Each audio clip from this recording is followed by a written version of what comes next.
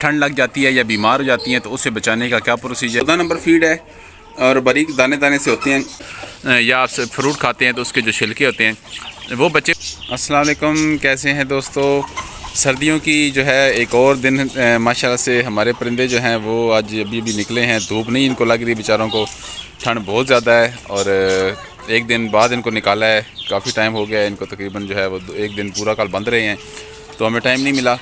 आज आपसे डिस्कस करेंगे, बहुत ही इम्पॉर्टेंट बात है वो ये है कि मुर्गियों को सर्दियों के मौसम में जो ठंड लग जाती है या बीमार हो जाती हैं तो उससे बचाने का क्या प्रोसीजर है, क्या तरीक़ाकार है, और हम खुराक के अंदर कौन सी ऐसी चीज़ इनको देते हैं जिसकी वजह से इनको ठंड लगने के चांसेस बहुत कम होते हैं। मैं आपको दिखाता हूँ जो हमारा केज है। हालांकि मुर्गियाँ हमारी छत के ऊपर होती हैं, आप देख सकते हैं छत सारा ठंडा होता है। तकरीबन दिन को हम निकालते तो हैं एक दफ़ा, लेकिन जो घूमती है नीचे से छत, आप अगर जूते उतार के छत के ऊपर फिरें तो आपको ठंडा लगेगा। तो इसका मतलब है फर्श ठंडा है, लेकिन मुर्गियाँ फिर भी माशाल्लाह से बीमार नहीं होती। तो उसकी वजह क्या है, और यहाँ पर जो जिस केज के अंदर मैंने मुर्गियाँ रखी हुई हैं यहाँ पर भी नीचे फ़र्श है। मैंने कोई छिलका चावल का नहीं डाला हुआ, कोई घास नहीं डाला हुआ, कुछ भी ऐसी चीज़ नहीं डाली जिससे इनको नीचे से फ़र्श से जो है वो हीट मिले। बहुत तेज हो रहा है, लेकिन फिर भी अल्हम्दुलिल्लाह मेरी मुर्गियाँ बीमार नहीं होती। जबकि लोग कहते हैं जी आप ऐसा करेंगे वैसा करेंगे। चूज़ों के लिए अलबत्ता मैंने घास डाला हुआ नीचे, क्योंकि चूज़े छोटे होते हैं, मासूम होते हैं, और इनकी जगह पर्दा मैंने लगा के बंद किया हुआ, क्योंकि इनकी जो है बहुत ज़्यादा नाजुक होते हैं। ख़ासतौर पर पहले 1.5 या 2 माह तक चूज़ा नाजुक होता है, उसके बाद 2 माह जब क्रॉस कर जाता है तो चूज़ा नाजुक नहीं रहता। फिर उसके बाद उनको ज़रूरत इस चीज़ की हीट की इतनी नहीं होती। तो हम क्या करते हैं जी, इनको कौन सी ऐसी खुराक देते हैं। सबसे पहली बात तो ये है कि इनको हम बाजरा जो होता है, बाजरा अनाज के अंदर जो बाजरा है, उस बाजरे के साथ जो इनकी फीड होती है वो बहुत ज़्यादा गर्म होती है। वो आपको मैंने लास्ट वीडियो में बताया था कि जो अंडों वाली मुर्गियाँ होती हैं उनको हम फीड डालते हैं, और उस फीड के साथ इनका टेम्परेचर भी अच्छा रहता है और उनको अंडों की प्रोडक्शन भी अच्छी होती है। मैं आपको दिखाता हूँ जो इनकी फीड पड़ी है, जो मैंने 2 टोकरे रखे हुए हैं।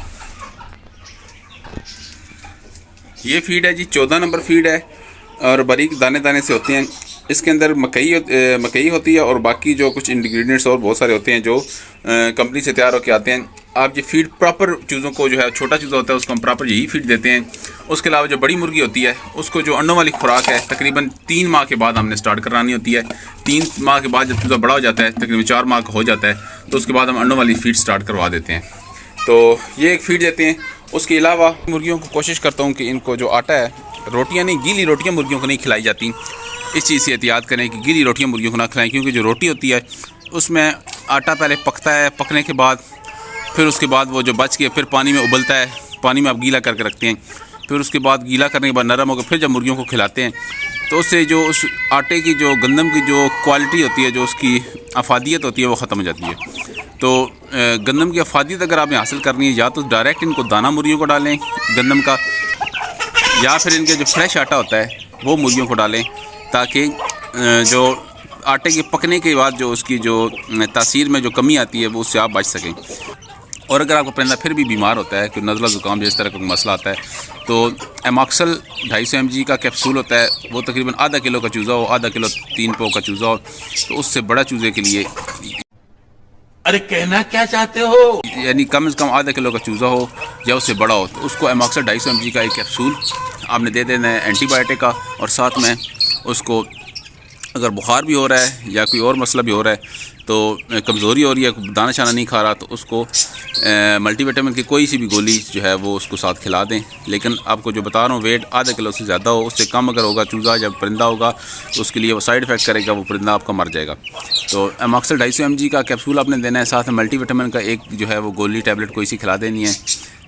मैं तो रेविटेल मल्टी खिलाता हूँ, रेविटेल मल्टी आप भी दे सकते हैं ईज़िली, वो बाज़ार से आपको मिल जाती है। वो एक गोली आप दे दें चूज़ा, लेकिन कम से कम आपका आधा किलो पौने किलो से ऊपर का हो। जितना बड़ा होगा आप डेली उसको एक ही कैप्सूल देना, ज़्यादा नहीं देना। चाहे एमॉक्सल का कैप्सूल है, चाहे आपने मल्टीविटामिन का है, वो आपने एक ही कैप्सूल देना है। और अगर परिंदे को बुखार भी हो रहा है तो आपने ब्रूफन सिरप का जो है वो 1 cc जो है वो उसको पिला देना है, सिरिंज के ज़रिए पिला दें, या फिर आप पैराडोल की जो गोली है या ब्रूफन की गोली, आधी गोली वो उसको मुंह से आप उसको खिला दें, तो आपका परिंदा इंशाल्लाह 2 से 3 दिन में ठीक हो जाएगा। तो इसी के साथ आज की वीडियो क्लोज़ करता हूँ। अगली वीडियो तक के लिए मैं आपसे इजाज़त चाहता हूँ। अल्लाह हाफिज़।